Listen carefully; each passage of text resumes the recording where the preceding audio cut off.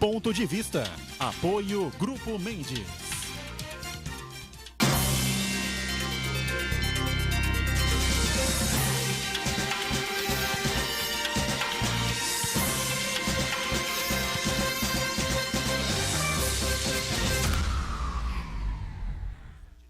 Olá, estamos abrindo aqui o Ponto de Vista. Você sempre conosco de segunda a sexta, a partir da 1h30 da tarde, ao vivo.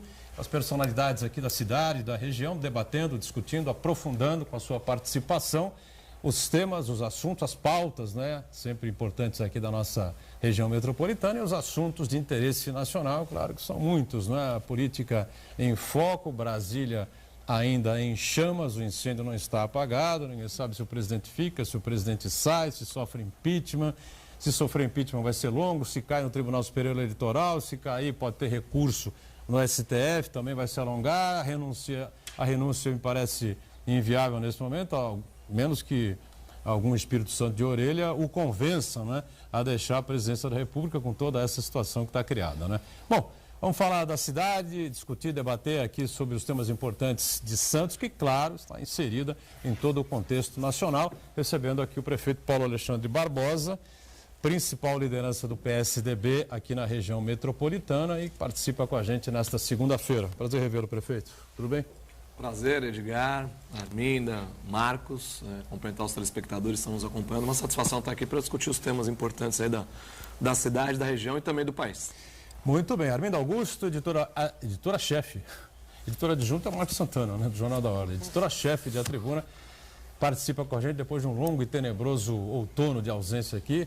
Temos o prazer e a satisfação de receber a Arminda novamente. Tudo bem? Prazer tê-la a bordo. Tudo bem, Edgar. Agradeço o convite novamente. É um prazer estar aqui no Ponto de Vista, um programa que já está se consolidando, né, aqui na Baixada, na região. E boa tarde, prefeito, Marcos, meu amigo. E é um prazer, como eu já disse. Muito obrigada. Muito bom. Obrigado, Arminda, por estar com a gente aqui. E o Marcos Santana, sempre atento aí às redes sociais, nossas transmissões e a sua participação também, né? Tudo bem, Santana? Tudo bem. Edgar, cada vez que a gente pensa que nada mais vai surpreender, quando vem, também a gente acompanha o noticiário político nacional, vem mais surpresa, né? Quem acompanhou as manifestações do Michel Temer e do Aécio Neves, descobriu agora uma nova característica que eu não sabia que os políticos tinham, que é a ingenuidade. Boa tarde, você que nos acompanha ao vivo, o Ponto de Vista. Convido você a participar do programa, dando sua crítica, sugestão, pergunta, ou por e-mail, contato@pontodevista.tv.br. Para você que nos acompanha na reprise, uma boa noite. Pois é, eu falei aqui que o jornalista não fica mais estarrecido com coisa alguma. Estarrecido fica, né, Arminda? A gente é ser humano, não é? E ouve, acompanha e vê essas delações, esses rios de dinheiro aí saindo pelo ralo para beneficiar alguns candidatos, alguns partidos políticos, alguns empresários, entre aspas, né? Porque, na verdade, são ladrões da pátria, né? Fica estarrecido ainda, né? A gente fica porque, embora haja um pensamento comum de que político é tudo farinha do mesmo saco, é todo mundo igual, não se pode confiar em ninguém, e em algumas personalidades, em alguns personagens dessas histórias que a gente tem ouvido aí desde a semana passada, em alguns a gente ainda coloca ou colocava um pouco de confiança e de credibilidade. Então, a julgar pela gravidade dos fatos que estão vindo a público, a gente fica ainda estarrecido, porque, puxa, até tu, Brutus, né? Tu, Brutus. Agora, só um parênteses aí, um abre e fecha parênteses, isso também tem sido muito interessante, estar vivendo este momento político. Momento histórico. Mas este momento da comunicação, este momento do jornalismo, porque a gente pode fazer uma autocrítica, uma avaliação bastante minuciosa de como as coisas estão sendo divulgadas, qual é o nosso papel, né, de jornalista em todo esse processo, não só no esclarecimento da população, como também no filtro que a gente deve fazer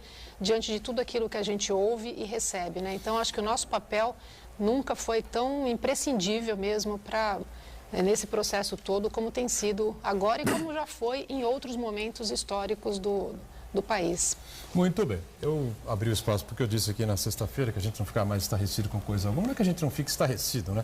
A gente tá meio, né, com as costas já malhadas, né, historicamente, para acompanhar esse tipo de fato e ter que reportar e relatar isso e colocar em debate com a população. Por isso que eu abri espaço aqui para a Arminda, com a experiência que tem, com o cargo importante que ela ocupa aqui na cidade e no jornal A Tribuna. E agora o lado da política, eu queria ouvir o prefeito também com relação a isso, né?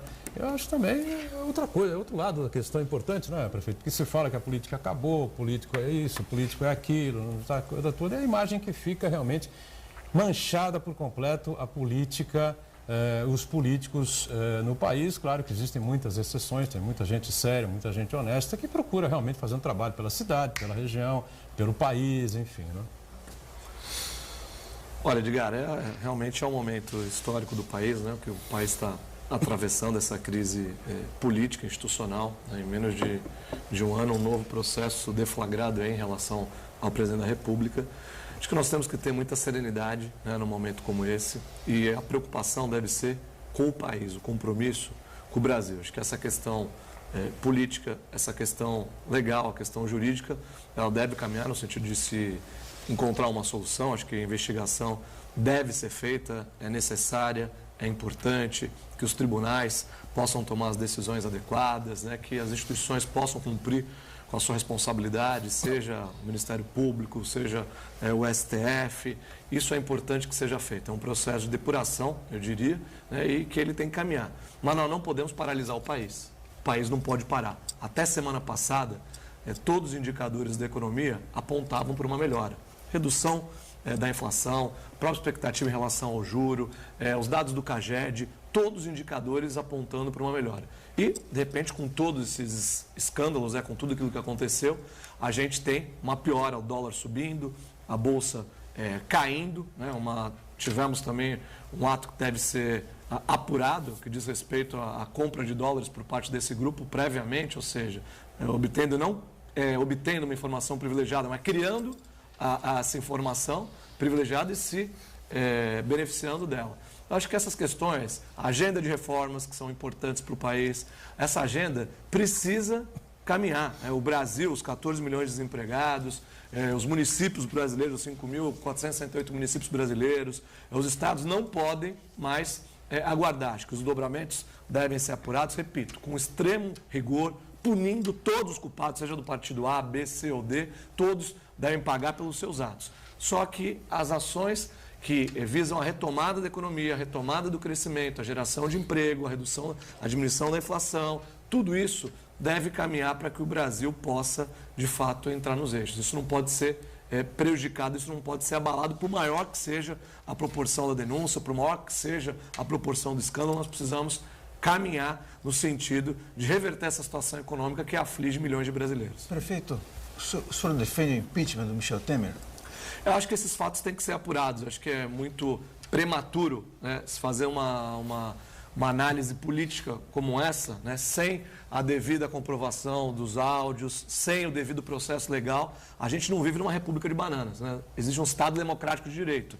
Para toda acusação, cabe o direito de defesa, cabe o contraditório e respeitado todas essas regras, todas essas leis. Ninguém está acima da lei, então a lei deve valer para exatamente todos, né? Respeitar o devido processo legal, que sejam feitas punições. Acho que é prematuro, num momento como esse, dar uma declaração como essa.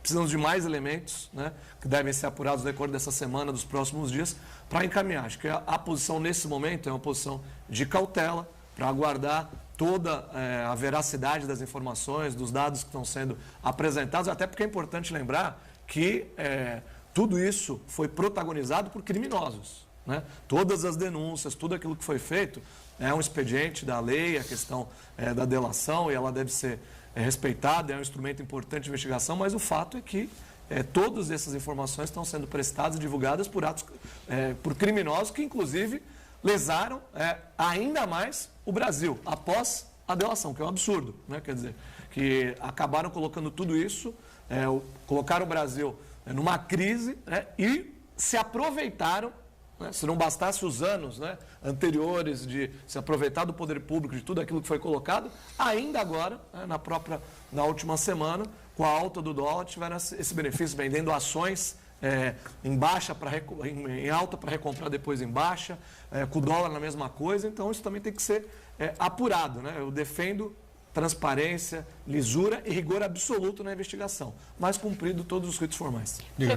Prefeito, o senhor fala em que é importante manter esse ritmo que nós estávamos vivendo até a semana passada de retomada do crescimento, alguns indicadores positivos.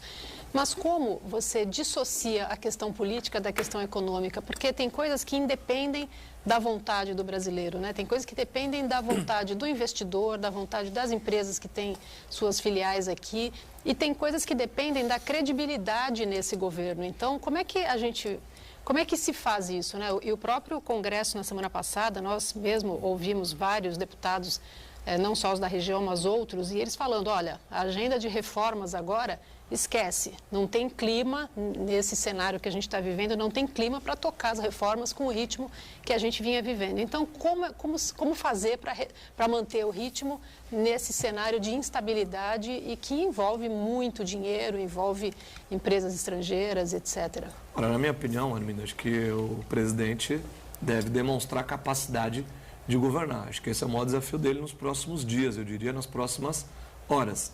É mostrar que essa agenda do país ela tem que predominar em relação a todos os outros fatos que estão se sucedendo. Então, como fazer isso? Encaminhar a reforma da Previdência, continuar seguindo com ela dentro do âmbito do Legislativo, cumprindo as etapas formais que existem, passar em comissões, na Câmara, Senado, enfim, tramitar e avançar nesses temas que são fundamentais. Essa é a maior resposta que o governo pode dar, né, para a população, para o país. E essa agenda, ela deve ser uma agenda de país. Evidentemente, se o presidente não tiver condições, demonstrar incapacidade para seguir à frente com essas reformas e com essa agenda que é fundamental ao país, é evidente que ele não pode continuar. Porque o Brasil carece dessas medidas. Seja qual for o presidente, essas medidas são, eu diria que imprescindíveis, para trazer novamente o investidor, para que o empresário possa ser estimulado, para que os empregos possam ser gerados, para que a vida das pessoas possa melhorar. Essas medidas são essenciais. Então, se o presidente não demonstrar capacidade para seguir com essas medidas adiante, sem dúvida alguma, na minha opinião, ele perde as condições de seguir no cargo. Mas que prazo você daria para isso? 15 dias? 20 dias? Um mês? Não sei, ou nem isso? Sei lá. Olha, nós estamos... Porque as reformas estavam caminhando, né? É o que tudo indica, a Arminda lembrou bem, agora o PSB, por exemplo, abandonou o governo, né?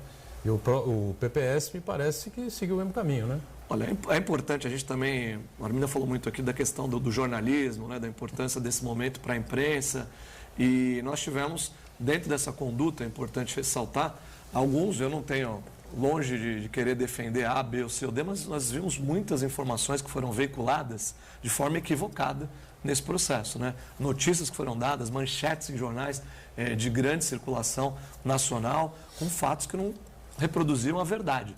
Então é importante a gente ter cautela, por isso que eu digo, a cautela desse momento. O PSB, se você fizer uma análise, ele já votou dividido, né, na reforma. Então o PSB nunca foi base integral do governo, sempre houve essa divisão. O PPS saiu um ministro do governo, ficou outro, e o PPS decidiu que fica no governo. Saiu Roberto Freire, continuou o Jungmann, e o PPS definiu pela manutenção do apoio ao governo. Então é importante que esses próximos passos, tanto da veracidade das denúncias, das informações que estão sendo prestadas, quanto as movimentações políticas que vão acontecer, qualquer governo próximo desse tipo precisa ter uma base de apoio significativa no Congresso Nacional. É necessário que os partidos estejam alinhados.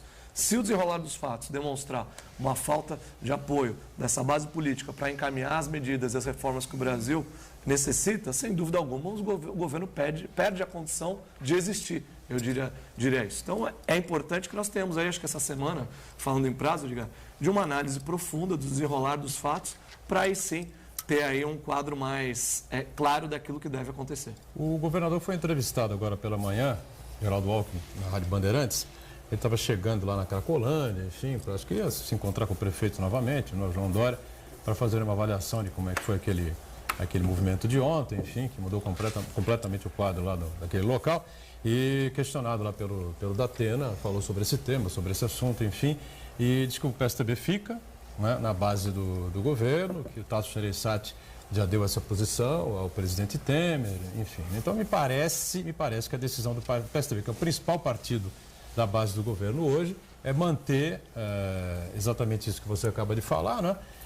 Manter o apoio ao país, né? O PSDB tem, acho que, a obrigação como responsabilidade com o país de encaminhar a agenda das reformas, das ações que estão sendo desenvolvidas no Congresso, que são fundamentais para que o Brasil possa recuperar a sua condição econômica. Isso é essencial, acho que isso é indiscutível, a medida necessária. Todos nós sentimos o reflexo da crise, né? Seja o telespectador que está em casa nos acompanhando, que tem alguém na família desempregado, tem algum amigo que perdeu o emprego, conhece alguém que está desempregado, que está com dificuldade de se inserir no mercado de trabalho, seja nós, gestores públicos, nós prefeitos, que assistimos a nossa arrecadação derreter, cair, né? E com dificuldade para prestar serviços que são essenciais para a população, de saúde, educação, sendo mais demandados, porque as pessoas perdem emprego, perdem a sua condição econômica, recorrem mais ao poder público, são mais consultas nas unidades de saúde, maior volume de medicamentos sendo distribuídos, mais matrículas na rede pública, com muita gente saindo de escolas particulares e indo para a rede pública. Então, todos nós sentimos a crise. E é necessário que nós tenhamos aí capacidade para sair dela. E, para isso, essas medidas são essenciais. Então, o PSDB tem esse compromisso, essa obrigação com o país. Parece que os tucanos têm aí agora, nessa alteração da presidência, da liderança nacional, com a saída do Aécio Neves e o Tasso Gereissati assumindo, um nome pronto, né, para colocar o Congresso na sucessão do Michel Temer, que, na minha opinião particular, né, não sei qual a opinião da Arminda e do Santana, acabou. A minha visão é essa, eu entendo a posição do PSDB, do prefeito aqui representando os tucanos, repito, a liderança do PSDB na região, né, o prefeito Paulo Alexandre. Na minha opinião, o governo Temer acabou, né? E o PSDB tem aí na mão, né, uma carta importante que é o Tasso Gereissati, uma figura respeitável, né? Foi governador, foi prefeito, é senador há muito tempo, enfim, é uma figura colocada no país para apresentar ao Congresso, para tentar levar o país, não é, de uma maneira calma, nessa direção correta, até 2018. Agora, e o senador Aécio Neves?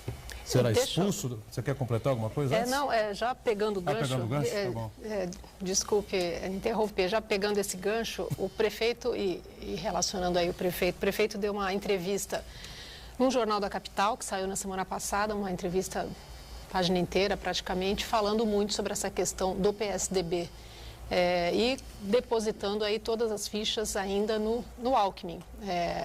Então, eu queria que o senhor comentasse um pouco, diante do que aconteceu aí na última quinta-feira, como é que ficaria essa questão do PSDB no ano que vem, se o senhor acha que compromete, de alguma forma, a visibilidade do partido para as eleições, e quem seria o nome, se seria mesmo o Alckmin ou, eventualmente, algum prefeito da capital. Eu diria que o Tasso Gereissati, só para explicar, seria o nome, a carta na mão do PSDB agora, para a transição. Cai o Temer, eu repito, na minha opinião, caiu já, acabou. Assumiria agora, eleito pelo Congresso, e levaria o país até 18. Né? Acho que realmente o nome, Geraldo Alckmin, me parece que ainda está à frente, embora todas essas ponderações externas aí, em torno do prefeito João Dória, mas o Paulo Alexandre pode responder tranquilo aqui a questão da Arminda.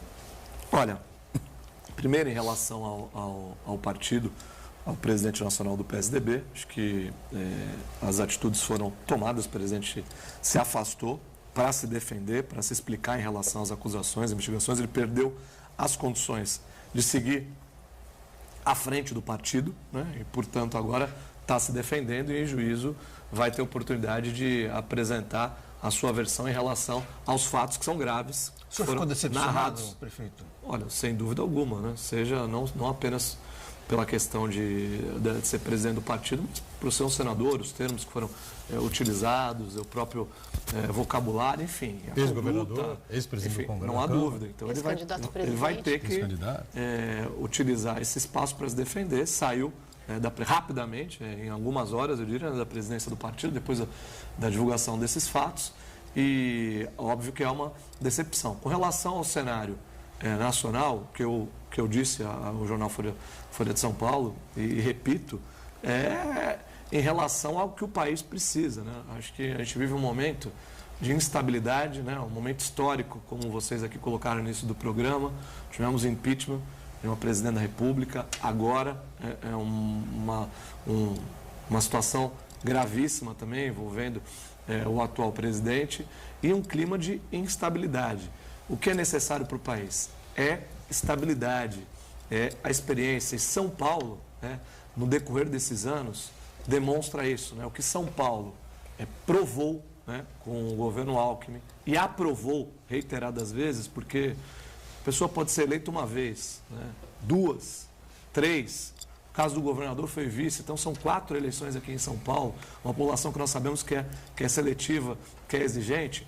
Por que se fez a opção? Porque se fez a opção de um modelo de governo que vem desde Covas, que é a austeridade fiscal, é a responsabilidade com o dinheiro público, e o que nós vemos no país é justamente fruto de ações contrárias a tudo que foi feito em São Paulo. O que quiser?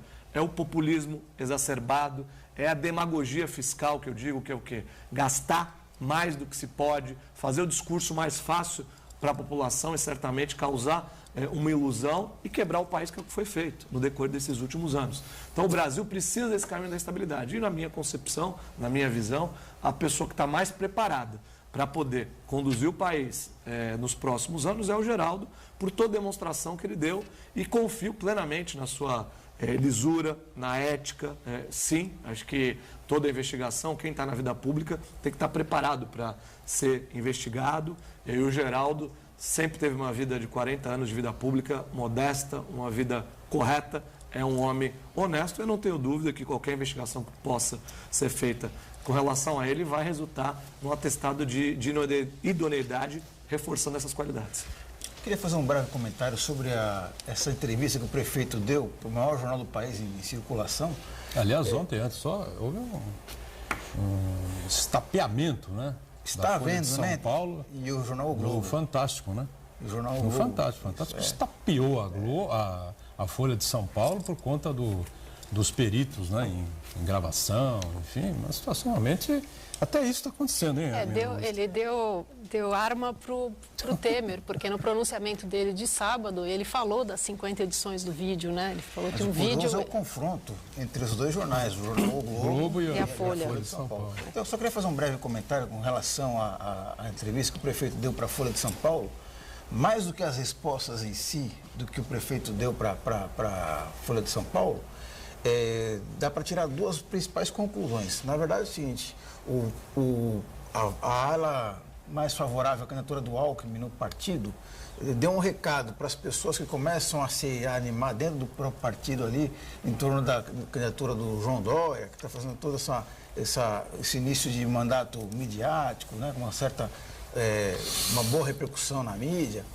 Primeiro isso, falou assim, olha, nós temos o nosso candidato, é Geraldo Alckmin.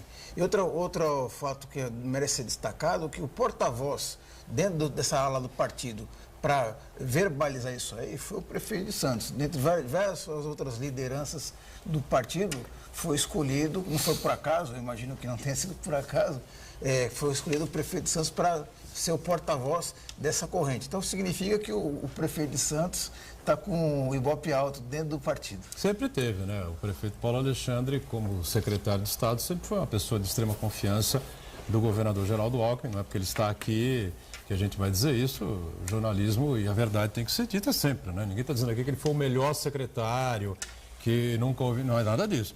Por parte do governo Alckmin e das estratégias colocadas aí em prática pelo governo Alckmin, pela gestão Alckmin, enfim, ele foi peça importante na engrenagem, né, Armindo? Sempre foi uma pessoa de confiança, enfim, muito próxima do governador.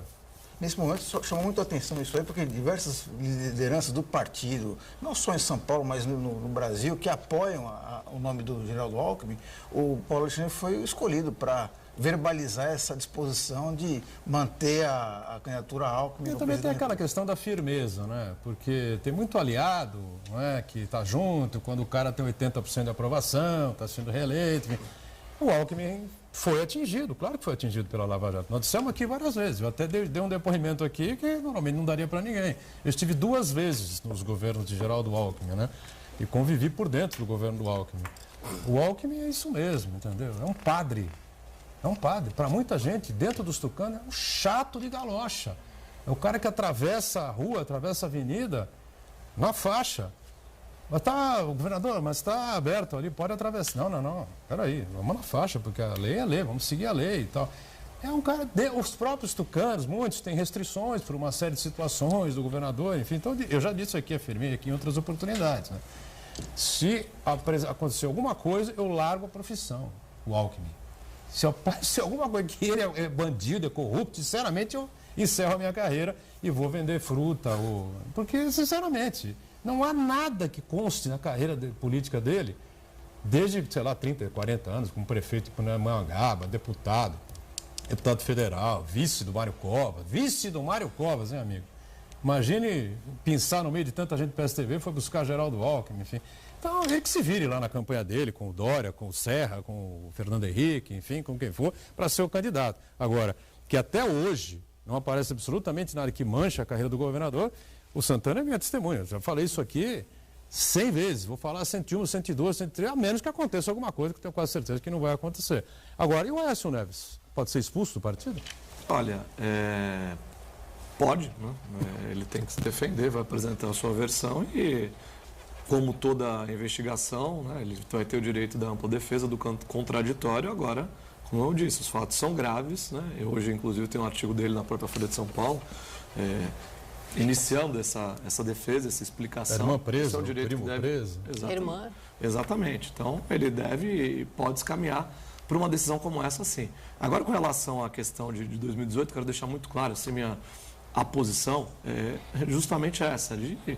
Nós estamos num momento da vida pública, da política, então, que todos estão sendo nivelados, né? E nivelados por baixo. Isso onde é triste, viu? A generalização também é um pecado, né? Não se deve generalizar. Acho que, como em todas as áreas, nós temos bons e maus profissionais. Na política, pelo que está sendo colocado, é evidente que foram muitos e muitos maus exemplos, mas eu reputo e confio no governador como uma pessoa diferenciada, né? Alguém que foi vereador, prefeito, deputado estadual, deputado federal, vice-governador, governador que tem uma vida limpa, né? Quando deixou de ser governador, foi fazer o quê? Dar aula aqui na faculdade em Santos, trabalhar para se manter, para sustentar. Então a gente sabe qual é o perfil. E vamos falar a verdade, vamos falar a verdade, vamos falar a verdade. Estava quebradinho. Eu fico muito quebrado, sem dinheiro. É mentira o que eu estou falando? Veio trabalhar como toda e qualquer pessoa, também, quer dizer, depois de ser algumas vezes governador de São Paulo. Eu acho que isso não é demérito.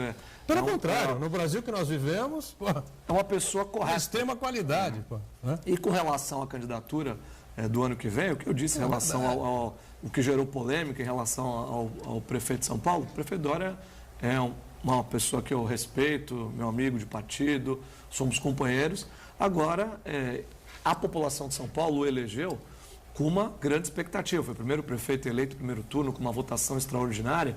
E acho que há expectativa em relação à melhora da cidade e todos os paulistanos. O que eu disse é que, para retribuir essa confiança depositada nas urnas, para corresponder à expectativa, só os 4 anos de gestão serão suficientes. E aí sim, ele vai ter dado uma grande contribuição ao país, sendo um grande prefeito de uma das cidades mais importantes do mundo, que é a cidade de São Paulo. Intervalo, voltamos já já com o nosso ponto de vista em instantes.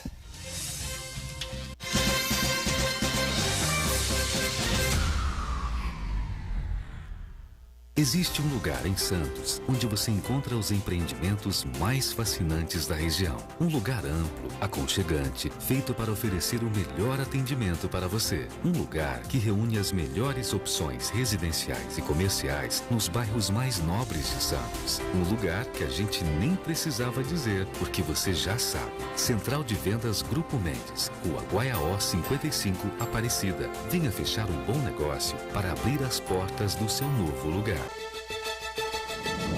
O Brasil atravessa um momento difícil, mas nós do PSD temos certeza que com a participação das pessoas de bem e a renovação na política, vamos dar a volta por cima. É preciso respeitar as decisões da justiça e trabalhar a favor de uma nova política que tenha na ética seu principal compromisso. Venha conosco participar desse movimento a favor de São Paulo e do Brasil.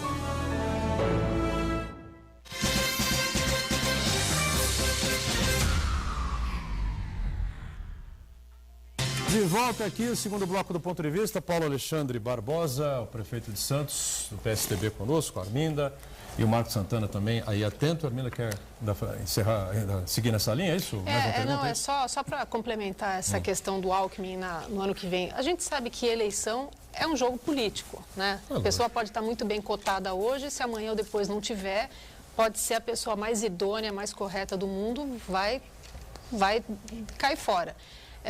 Atualmente, né, segundo pesquisa Datafolha, O Dória, atualmente, isso 1 ano e meio mais das eleições do ano que vem, o Dória está ligeiramente à frente do Alckmin. Então, a minha pergunta para o prefeito é a seguinte: digamos que essa posição se mantenha até o ano que vem. Enfim, o Dória, com todo o seu staff de mídias sociais, enfim, ele sabe trabalhar muito bem o marketing, né? Digamos que ele esteja nas pesquisas internas do PSDB, esteja à frente do Alckmin. Que cenário que o senhor vê? Bem à frente, porque no caso hoje está 11-8, ainda é uma diferença pequena, estaria aí na margem de erro. Mas digamos que essa diferença seja bem acentuada e o senhor, sendo do PSDB, conhecendo como é que é o trâmite dentro do partido, o que pode acontecer? Eu até sei a resposta que ele vai dar para você agora, mas ele vai dar. Vamos ver se bate com o que eu estou pensando. O que aconteceria? O Alckmin mudaria de partido para poder realizar o sonho de ser candidato e se eleger a presidente? Enfim, que cenário que o senhor vê dentro desse contexto? Você botou uma vírgula agora que eu não esperava. Há 1 ano da eleição é muito tempo para considerar uma pesquisa como um fator determinante. E mesmo no período pré-eleição, no período convencional, quando os candidatos são escolhidos, é apenas um momento.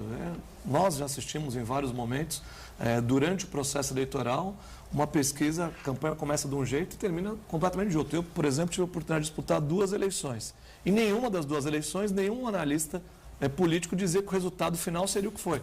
Quando a eleição começou, todos os analistas, todos os jornalistas diziam que o resultado seria um. Quando eu disputei uma eleição de prefeito em 2012, isso. Nenhum analista dizia que foi como foi. Quando a eleição terminou de uma forma diferente. Eu estou dando o meu exemplo, mas isso no Brasil inteiro, isso acontece. Então, eu acho que eleição é pesquisa, é o arco de alianças, não é vontade pessoal. Eleição presidencial não basta ter vontade, não basta ser disposição pessoal, é preciso ter uma trajetória, e o Geraldo tem uma trajetória importante, de reputação, de conduta e de resultado para a população. Acho que no fim a população quer saber o que o gestor vai ter capacidade de proporcionar de resultado para melhorar a saúde, para melhorar a educação, para melhorar a área social, e a folha de serviços prestados de cada um vai ter um valor que vai ser analisado, eu diria, avaliado pela população no momento da eleição. Então, são por essas razões que eu vejo que, independentemente do resultado da pesquisa, hoje ou no período pré-eleitoral, o candidato do PSDB deve ser o Geraldo, porque é o nome que está melhor preparado para esse desafio. A gente não se prepara para ser presidente da República em 2, 3, 4 meses. Não é uma vida, é uma trajetória. As pessoas vão se preparando para isso até chegar numa função que é a função máxima, de mais relevância e de maior importância. E eu vejo que o Geraldo cumpriu esse caminho, vem cumprindo esse caminho ao longo da sua trajetória e por isso, na minha modesta opinião, é o melhor nome para ser escolhido como candidato do PSDB, para ser escolhido como presidente pelos brasileiros. A Armida colocou também o seguinte: você acha que ele se curvaria, não é? E aceitaria de bom grado apoiar o prefeito Dória, caso seja vontade, estejamos ali em março, abril, e seja o Dória vontade bata do partido. 20 pontos, 22 pontos, e o Alckmin patine ali em 6, 7, 8 pontos. É claro que você não pode prever o futuro, né? Mas a melhor pesquisa numa eleição é a pesquisa da urna. Quantos candidatos vocês já viram começando uma eleição com 30%, 40%, 50% e depois que a eleição começa, derruba e não vai nem para o segundo turno. Quanto mais ganha uma eleição... Mas então, prefeito, o senhor está me dizendo que a pesquisa... o partido não se curvaria, não se renderia a uma pesquisa em que desse ampla maioria ao João Dória e colocasse o Alckmin no segundo plano? Na minha opinião, não, porque a pesquisa é um componente. É um fator nesse processo de tomada de decisão. Existem outros, como a aliança, que é fundamental para constituir um tempo de televisão, para expor as propostas ao país, o conjunto de aliados. Você governa, ninguém governa sozinho, o partido não governa isoladamente. Para governar um país do tamanho do nosso, com diferenças que existem nos mais diversos estados, é preciso aglutinar em torno de si várias forças políticas, vários partidos políticos. É preciso demonstrar essa capacidade, que nós falamos aqui da questão da governabilidade do atual presidente. Quando você vai disputar uma eleição, precisa mostrar a capacidade de aglutinação de força em torno de uma candidatura. E acredito que o Geraldo é aquele que tem maiores condições, seja maior capacidade, maior talento, seja também a capacidade de aglutinação. Você citou no bloco passado que a colega de partido do Dória, tem respeito pelo Dória, enfim, convive com o Dória no PSDB também, enfim. O Dória é tucano há muitos e muitos anos, né? Não entrou de uma hora para outra no partido também, não é assim, não caiu do helicóptero, enfim. Agora, eu disse aqui várias vezes que não acredito no perfil, pelo perfil do Dória, não acredito que ele force a barra e que ele tente atropelar o Alckmin. E você? Olha, o que eu disse, repito, o Dória tem dado demonstrações claras que é um sujeito correto, que é um homem público correto. Tem dito da questão da gratidão. Se não fosse o governador Geraldo Alckmin, hoje, é o que eu falo, é importante a gente resgatar um pouco, né? No ano passado, eu tenho uma função dentro do PSDB, sou vice-presidente estadual e houve um questionamento muito grande do governador estar impondo alguém de fora para ser candidato. Quando foram as prévias disputadas, se não fosse o governador Geraldo Alckmin, não teria prévia em São Paulo. E sem prévia, o Dória jamais teria sido candidato a prefeito, quanto mais prefeito eleito. Então, o Geraldo foi determinante. E o Dória tem dito que é grato, que é correto, que reconhece essa postura do governador e não há por que duvidar dele, não há por que achar que ele vai trair o governador, não há por que achar que ele vai trair o povo de São Paulo. Agora, tem um desafio maior aí para vocês todos, né, para os políticos de maneira geral, enfim, né, que é levar o país, convencer as pessoas que a saída é política, né? Não é uma saída para um aventureiro que vem aí do nada, como Salvador da Pátria, como a gente vê nos Estados Unidos, essa confusão agora envolvendo o Donald Trump, né? E ontem, mais um episódio, a meu ver, patético, né? Veio a público.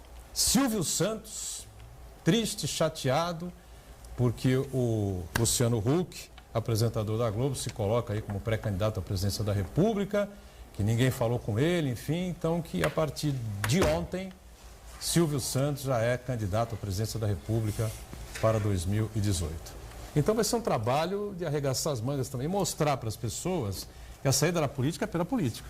Me permita, Edgar, acho que essa é uma tarefa de todos, inclusive da própria imprensa, da sociedade. A imprensa tem que tomar um lugar mais cuidadoso, uma função mais cuidadosa. A cautela, a responsabilidade com as informações, a democracia tem defeitos, tem falhas, tem dificuldades, mas não há melhor sistema do que a democracia, onde as pessoas, a maioria absoluta, é quem escolhe, é quem decide pelos seus representantes. Não podemos nunca perder de vista que aqueles que estão no Congresso representando a população, aqueles que estão nos governos, nas cidades, foram todos escolhidos pela própria população, fruto das escolhas, do desejo da própria população.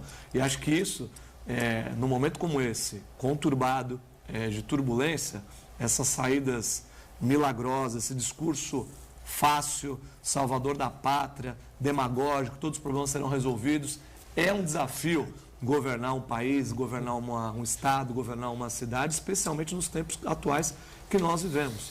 E é preciso escolher pessoas que tenham o preparo, a capacitação, a qualificação para exercer essas atividades. São atividades fundamentais porque através de um governo você muda e transforma para melhor ou para pior a vida de milhões de pessoas. É necessário que a gente tenha a devida responsabilidade, a devida cautela para escolher os nossos representantes. Ano que vem nós vamos ter uma eleição fundamental, uma eleição importante para os destinos do país. Eu acho que essa análise, essa reflexão, ela é necessária para que a gente não tenha... Nós já tivemos experiências, né? O mundo tem feito algumas experiências, mesmo fora do Brasil, de escolher discursos agressivos, demagógicos, salvadores, e essas experiências têm se demonstrado, na prática, ineficientes. Ao contrário, com resultados negativos provenientes aí dessas experiências. Então é importante que a gente tenha essa responsabilidade também. Muito bem. Só 2 minutinhos para fechar esse bloco aqui. Acho que assuntos gerais aí, a política nacional. Vamos aguardar as cenas dos próximos capítulos, né? E, pelo jeito serão mais tenebrosas ainda, né? Eu só não sei como é que pode a Polícia Federal permitir que os bandidos aos batistas, né? O Joesley e o Wesley, podia ser muito bem uma dupla sertaneja, né? Mas eles são de Goiás, tenham ido embora. Pô, o Joesley não está mais em Nova York. Né? Não é dupla sertaneja. No seu apartamento de 10 milhões de dólares. Não é dupla sertaneja, mas fez todo mundo dançar, né? Fez todo mundo dançar. O Brasil inteiro dançou na mão deles. Armindo Augusto, por favor, fique à vontade aí. Quer falar da cidade? O que você quer porque o tempo está caminhando e a gente está analisando a política, mas a gente tem uma política muito mais próxima e uma economia muito mais próxima aqui, que neste momento está... interligada também, né? Não tem como fugir, né? Exatamente. Então, talvez o prefeito possa, né, nesta segunda parte da sua corrida e do seu mandato, né? Está no segundo mandato já do seu trabalho aí à frente da prefeitura, possa fazer uma avaliação. A gente tem dito, né, o jornal mesmo, a TV, todos os veículos têm feito essa relação da economia com a cidade, das coisas que emperraram, que não andaram. A gente soltou recentemente uma matéria, domingo retrasado, falando das obras que foram retomadas e das obras que estão paralisadas. Então, diante de todo esse cenário político e diante do desafio que é terminar esses 4 anos da melhor forma possível, que avaliação que o senhor faz? Enfim, a prefeitura está buscando recursos aonde? Está vendo algum cenário melhor aí para os próximos meses? Muito bem, vamos fazer o seguinte, estouramos aqui o bloco, a gente volta então já dando a palavra ao prefeito para poder responder a questão colocada pela Arminda, não é? Falando da cidade, das condições da prefeitura, das obras paradas, das obras retomadas, enfim, a busca por recursos, que evidentemente não está fácil para ninguém, né? E vamos para o break e voltamos já já.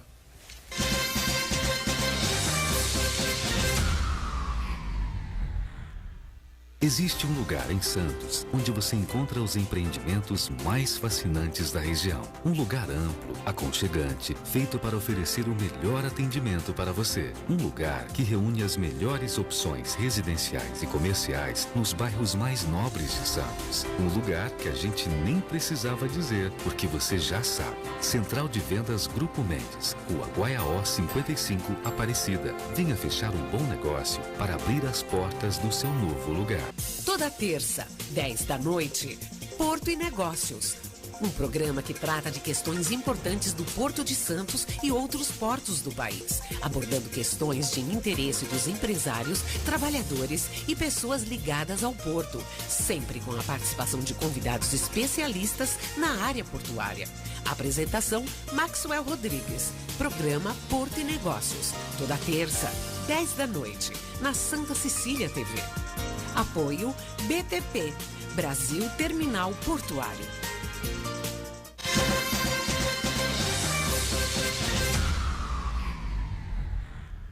Muito bem, sequência do ponto de vista, este é o terceiro e último bloco, aqui com o prefeito Paulo Alexandre Barbosa, com a Arminda e com o Marcos Santana também.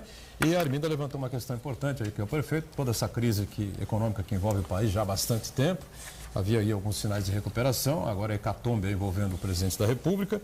E o balanço, né, Arminda, sobre obras paradas, obras que estão sendo recuperadas, onde é que a prefeitura está buscando recursos, é isso que você queria saber, né? Isso e se diante de um cenário que já era de instabilidade, né, já era um cenário que a gente não vislumbrava uma coisa muito boa no futuro, se não era o caso, então, de algumas obras que foram iniciadas não terem sido iniciadas e agora estarem na condição de paralisadas. Prefeito, pois não. Olha, primeiro, realmente a gente está enfrentando um desafio do ponto de vista econômico, isso reflete nos municípios, e é necessário o quê? Reprogramar e replanejar uma série de ações para que a gente possa cumprir com os objetivos e com as prioridades que o município tem. Governar é escolher, né? E a todo momento nós temos que fazer escolhas, quando tudo é prioridade, nada é prioridade, né? Então a gente tem que ser ainda mais criterioso no momento de crise ao fazer as escolhas. E hoje aconteceu pela manhã, até em relação a Arminda citou aqui uma matéria que foi feita pelo jornal A Tribuna, com uma avaliação aí das obras que estão acontecendo ou não acontecendo na cidade. E hoje, Arminda, encontrei o repórter que fez essa matéria, foi muito interessante, porque ele falou: olha, prefeito, isso me deram muito trabalho, porque eu fiquei uma semana inteira visitando as obras da prefeitura. 16 obras. Então eu falei, que bom, porque acho que são poucos municípios no Brasil que hoje levam uma semana inteira para visitar o que está sendo feito. Isso mostra que tem muita coisa sendo feita, né? E aquilo que não está andando, caminhando no cronograma previsto, né, dentro do tempo certo, nós estamos tomando medidas, buscando fontes alternativas de recurso, buscando parceria. E o nosso compromisso qual é? É de entregar absolutamente tudo que nós iniciamos, né? É evidente que tem uma série de questões, né? Cada obra tem uma especificidade, às vezes existem convênios com o governo federal, com o governo do estado, às vezes há atraso nos repasses de recurso e não dá para prever isso quando se inicia um convênio, quando se inicia um contrato, porque quando se inicia o contrato se pressupõe que cada um vai cumprir com a sua obrigação, com aquilo que está descrito. É evidente que essa dificuldade financeira atinge a todos e aí a gente acaba tendo que reprogramar, estabelecer novos prazos, mas todas as obras que nós iniciamos serão entregues. No nosso governo, nos primeiros 4 anos, eu fui prefeito nesses últimos anos que mais entregou unidade de saúde no município. Foram 8 novas policlínicas entregues para a população, no Alto São Bento, Santa Maria, Aparecida, Ponta da Praia, no Caruara, a Vila Nova, enfim. Tem outras que estão em andamento, a do Piratininga, né, que vai ser retomada nos próximos dias. Aliás, aproveitando aqui esse espaço, vou dar aqui uma boa notícia em relação a isso, família. A matéria, inclusive, que foi feita, apontava ali algumas necessidades. A UME da Vila São Jorge, que é uma UME que a gente teve um problema com a empresa, foi paralisada, e a UME, a Policlínica do Piratininga, também nessa situação. E nós fizemos agora, assinamos na sexta-feira, um acordo com uma empresa aqui do município em relação a Wave, que é um instrumento que nós criamos, um estudo de impacto de vizinhança, a Comaive, que foi uma inovação do nosso governo, onde as empresas, quando têm que licenciar os seus projetos, elas dão uma contrapartida para o município, apoiando o município em determinadas ações. E nós assinamos na sexta-feira com uma empresa aqui a retomada dessas obras. A empresa, o privado, vai se responsabilizar por concluir a Policlínica do Piratininga, a escola da Vila São Jorge e também a construção de uma nova escola no Piratininga.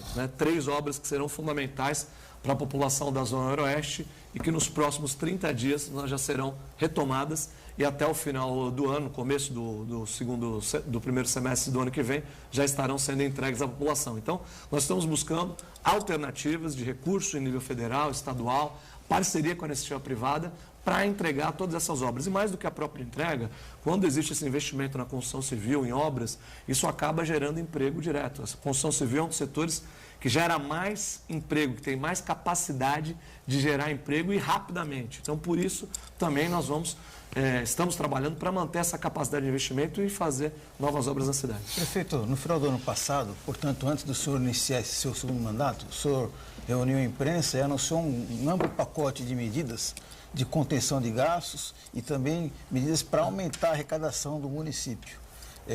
Inclusive, passa por vender propriedades do município, corte de algumas despesas na prefeitura, refinanciamento de tributos atrasados e por aí vai. Nós estamos chegando a quase 6 meses desse seu segundo mandato.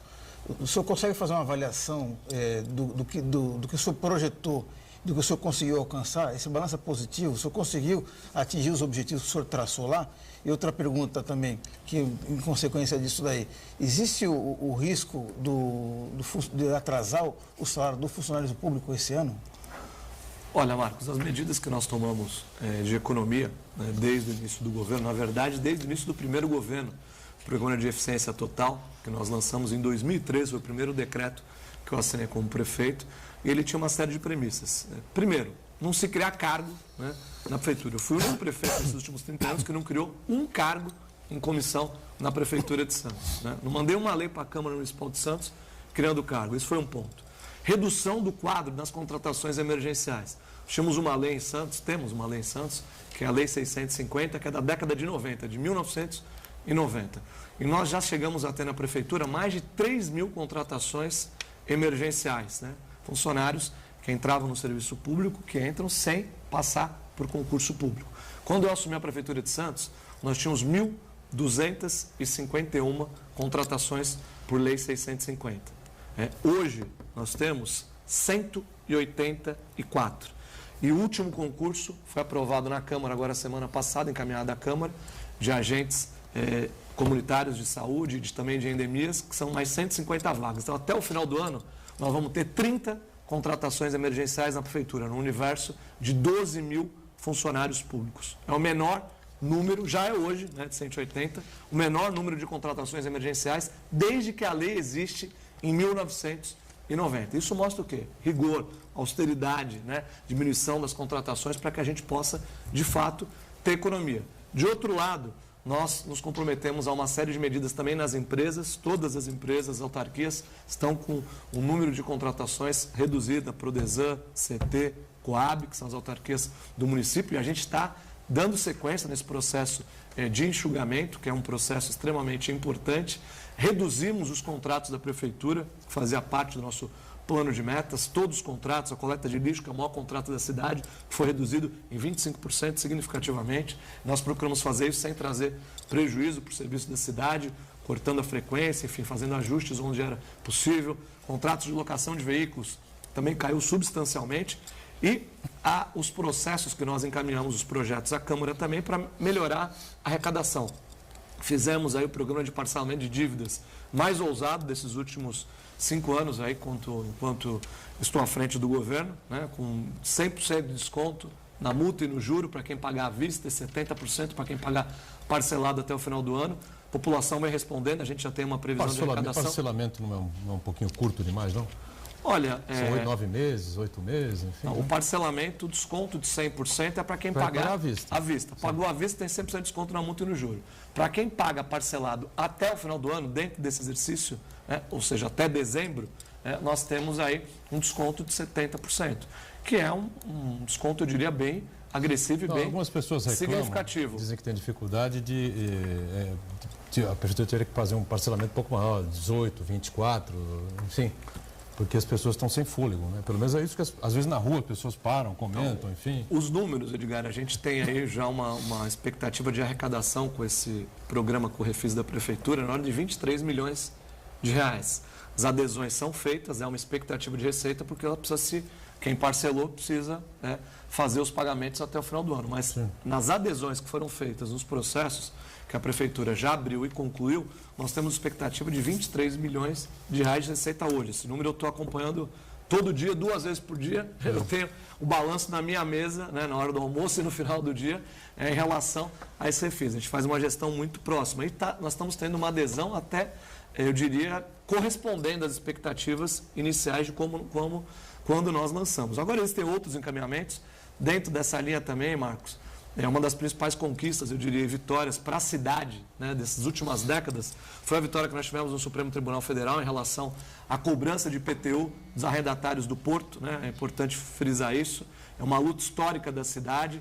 Nós tivemos um trabalho muito bem feito pela Procuradoria do Município, um trabalho feito pela cidade, que vai ter repercussão no Brasil inteiro, porque a decisão do STF determina que exija uma repercussão geral dessa decisão, ou seja, todos os municípios portuários do Brasil, todos os municípios que têm terminais aeroportuários e aeroportos, terão a possibilidade de cobrar e tributar as empresas que têm atividade comercial. E a Codesp tem que pagar também, não? Não está na decisão, isso não consta na decisão. A decisão ela diz respeito aos arrendatários, que é o maior, é um valor bastante significativo, então a gente está esperando agora a publicação, né, dessa decisão, mas o fato é que a partir do próximo ano, por exemplo, os carnês poderão já ser lançados para esses arrendatários que, de fato, nunca tiveram aí essa obrigação de pagar o IPTU e terão. Então, isso nada mais justo, é importante dizer isso também, uma decisão correta, uma decisão justa, porque a atividade portuária ela traz impactos importantes para a cidade e é importante que as empresas que atuam no porto possam,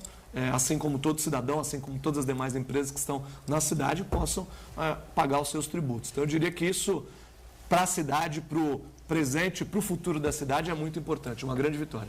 Prefeito, o senhor falou da contratação que aprovou na semana passada, a contratação de 150 agentes comunitários de saúde, e saúde é uma área bastante sensível aqui na Baixada. O senhor tem dito e a gente tem reproduzido aí essa situação da vinda de munícipes de outras cidades aqui da Baixada para os equipamentos de saúde de Santos.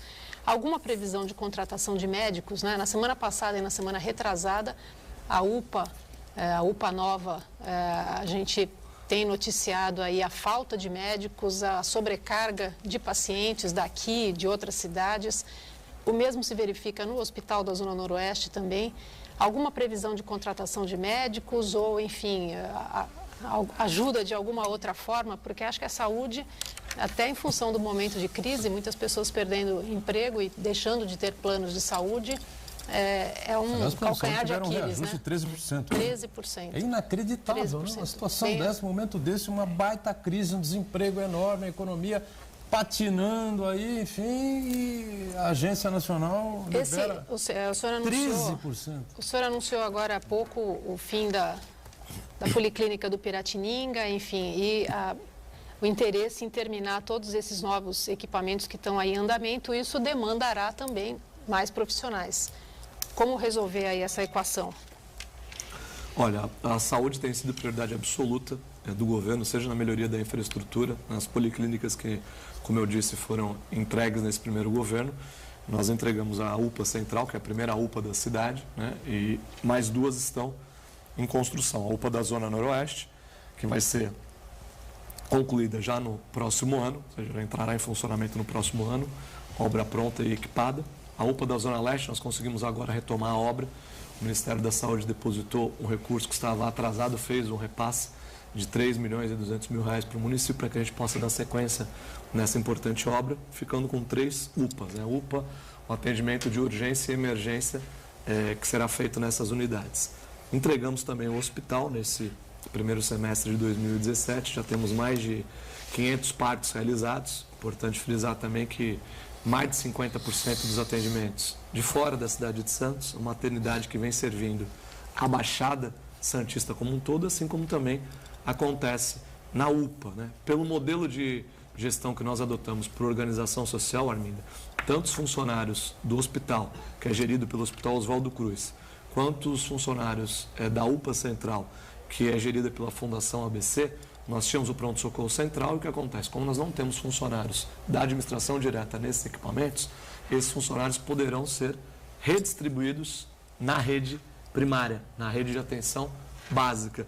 E com isso nós vamos ter a possibilidade de fazer a entrega com funcionários dessas novas unidades que serão concluídas, como é o caso do Piratininga e a unidade da Areia Branca, que estão em obras e serão entregues no próximo ano. Temos 2 novas unidades que vão ter esses profissionais atuando. Agora, evidentemente, há uma sobrecarga sim, né, porque Santos, é importante frisar, a gente acaba sendo repetitivo, mas é o fato. Né, nós estamos atendendo uma demanda que não é só da cidade, é uma demanda da região. Nossa previsão da UPA, o Pronto-Socorro Central, ele tinha quase 500 atendimentos dia, né, o antigo pronto-socorro que funcionava na Santa Casa. Nós, no contrato com a nova organização social, passamos para 650, 700 atendimentos dia. Né? Por quê? Porque na UPA Central nós oferecemos serviços que não eram oferecidos no pronto-socorro. Por exemplo, medicamento. As pessoas iam no pronto-socorro central, depois tinham que buscar o medicamento na policlínica do bairro.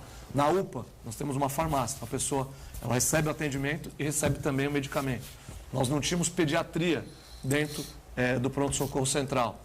Na UPA, nós temos a pediatria. Então, tudo isso foi pensado para que a gente pudesse ampliar. Só que nós estamos atendendo na UPA há dias em que nós fazemos 1.100 procedimentos, 1.100 atendimentos, numa previsão de 650. Quase o dobro.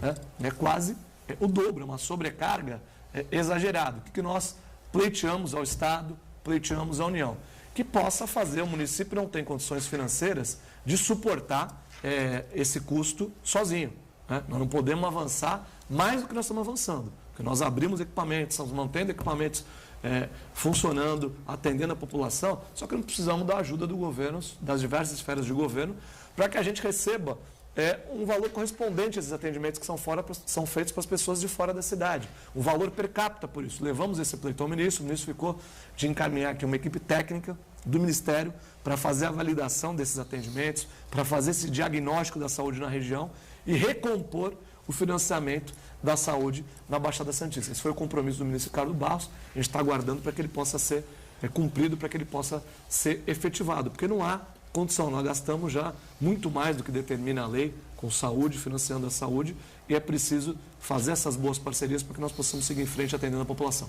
Muito bem, chegamos ao finalzinho aqui do nosso ponto de vista. Não foi possível, evidentemente, a gente explorar o prefeito um pouco mais com relação aos temas da cidade. Claro, a cidade está inserida em todo esse contexto político e econômico que vive o país, não é? O Paulo Alexandre é uma figura extremamente importante dentro do PSDB estadual. Não foi à toa que a Arminda lembrou aqui a entrevista de página na Folha de São Paulo e o apoio, não é, ao governador Geraldo Alckmin para a sucessão presidencial em 2018. E, claro, temos que discutir, debater essa coisa toda que envolve o atual presidente da República, o senador Aécio Neves, enfim, que era o presidente do partido, e todas essas situações. O prefeito volta aqui, com certeza, mais à frente, daqui a um mês, né, para a gente voltar a falar de outros temas importantes e aprofundar mais um pouco aí as coisas da cidade, né? Prefeito, obrigado e até a próxima. Eu que agradeço, Edgar, Arminda, Marcos, foi um prazer estar aqui com vocês e agradeço também aos telespectadores que nos acompanharam. Muito obrigado. Arminda Augusto, obrigado, editora-chefe de Atributos. Espero que você volte, tá certo? Mas da próxima vez a gente vai apertar mais o prefeito, porque hoje a gente gastou metade do programa falando de política nacional. Mas não foi bom? Não, agora tem que ter um programa inteiro só falando de Santos. Já está convocado. Então. Vamos lá. Santana com a gente diariamente, tá certo? Não pode demorar tanto para voltar. Lógico, pô. A cadeira está garantida aqui, né? E obrigado a você que está sempre conosco, de segunda a sexta-feira, 1h30 da tarde, ao vivo. Nossa reprise agora, no horário normal, às 8 da noite. Obrigado, gente. Tchau.